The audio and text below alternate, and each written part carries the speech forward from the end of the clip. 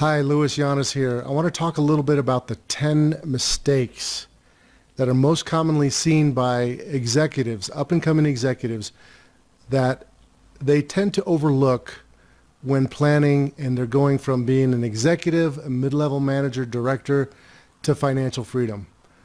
We consistently find that there are a lot of great things that mid-level managers do, up-and-coming executives do, but they tend to have 10 things that are common mistakes.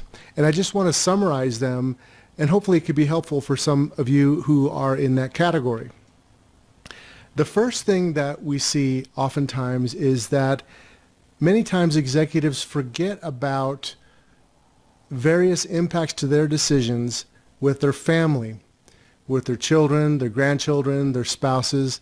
A lot of times, all of the considerations with the family are not really taken into account when it comes to putting together the plan.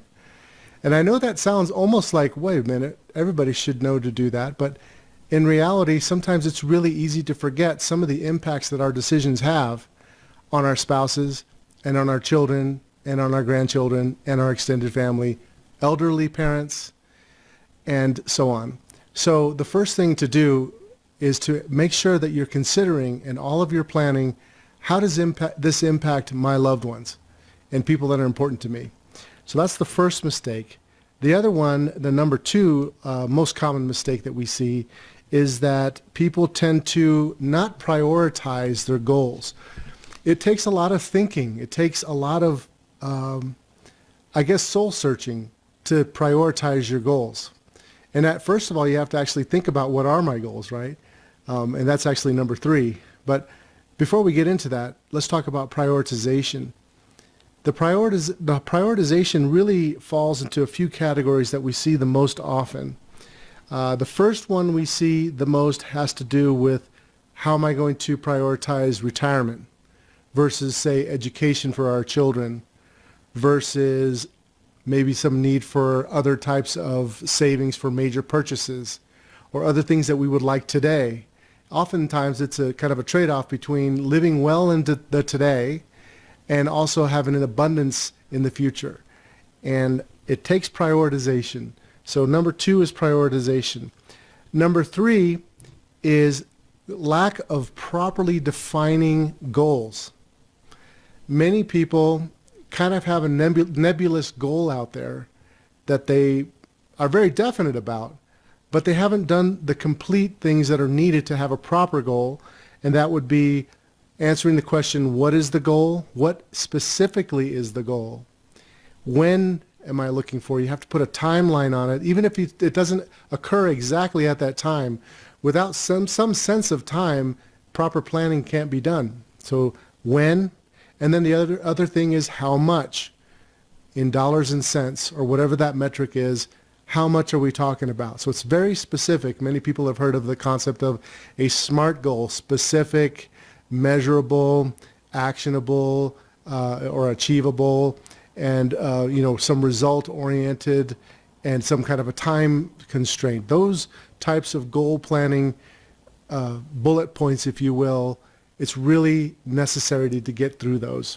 So the number three was lack of proper goal definition. The other big common mistake, I should say, that people have is an improper view of their net worth. So there's many different ways to look at the net worth of an individual. And in order to do a proper plan, it's important to look at your net worth from many different perspectives and to look at the strengths and the weaknesses of your net worth so that you can avoid pitfalls. So that would include things like adequate cash reserve, having enough liquidity, the location of your assets, what types of accounts they're in, and the taxation of those accounts. All of that encompasses one kind of common mistake we see is an improper analysis of your total holistic net worth. So number five would be considering all income sources that you have now as well as in the future, because the income sources very often change. Clearly, you see, most people when they're not retired, they have wages or commissions or some other income source. They may have rents and things like that. And then when you retire, there's Social Security. There may be deferred income to pension plans, other rental income, inheritances. So improper analysis of the timing and the expectations of the income is another common mistake that we see. And that also goes for number 6, expenses, improper analysis of expenses, in particular with 2 things. Well, I should say 3 things. Number 1 would be taxes. Taxes have a huge impact, as we know, on our ability to retire and our ability to have, really the quality of lifestyle. Avoiding unnecessary taxes is huge. And that means, planning today, actions that you take today will have a big impact on taxes tomorrow. So looking at taxes, the other thing would be the debt management. People tend to maybe not deal with the debt and look at the debt holistically and how that should be managed now to that future financial freedom. And then the other would be healthcare costs, inflation and healthcare costs, because healthcare costs are generally more than people expect. I've seen studies where healthcare is expected to be, in today's dollars, roughly $300,000 in just ancillary healthcare costs, and that's in today's dollars. In the future, it's much higher because of the high inflation costs. Prices are rising and rising for healthcare costs.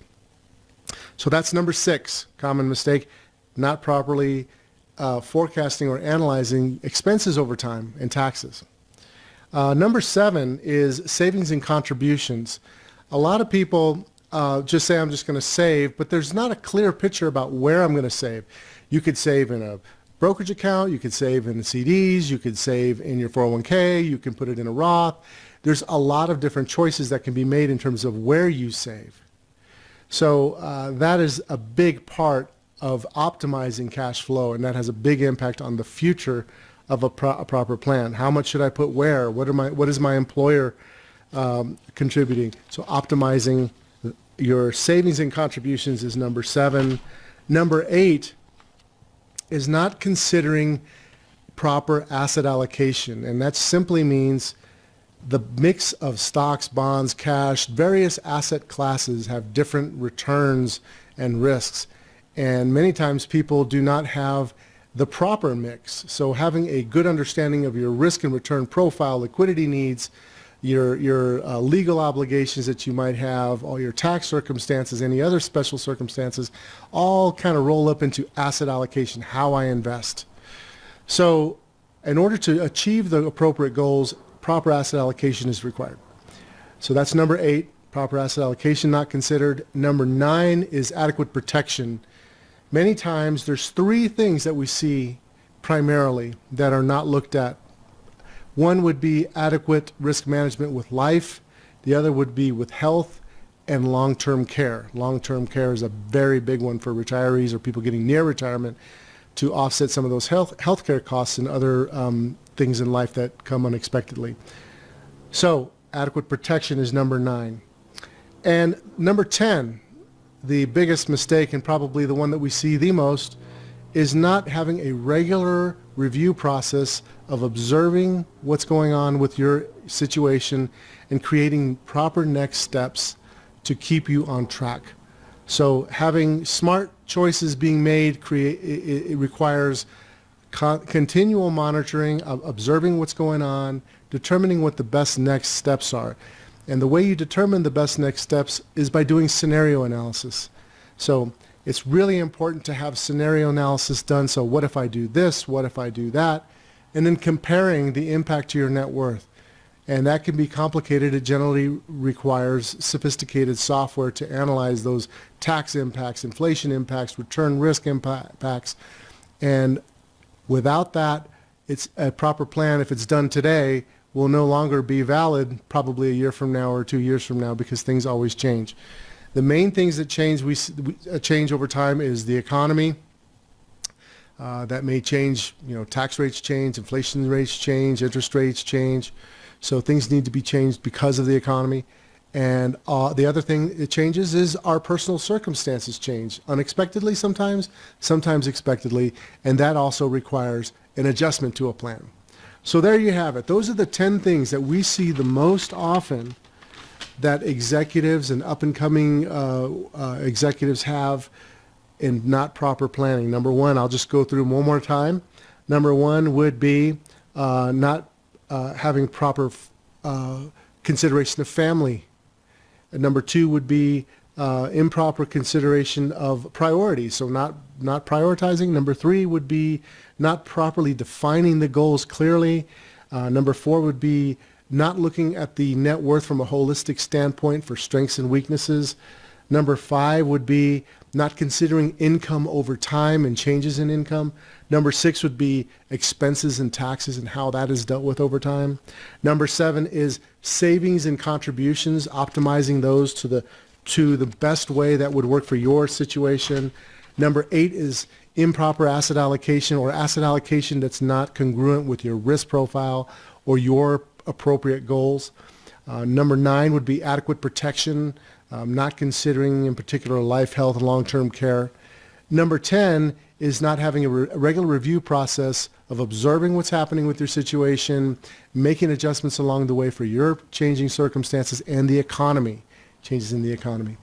So those are the 10 things that we see. Now, if you want to learn more about this, one of the things that we do, and on this post I have a link for you, and that link allows you to go and click on that link and schedule a time, a 30-minute period of time that you can be talking to me personally and my financial planning assistant, Tina, and we'll go over your situation and give you some ideas and just try to be of value for you with any of these particular things. We're here for you.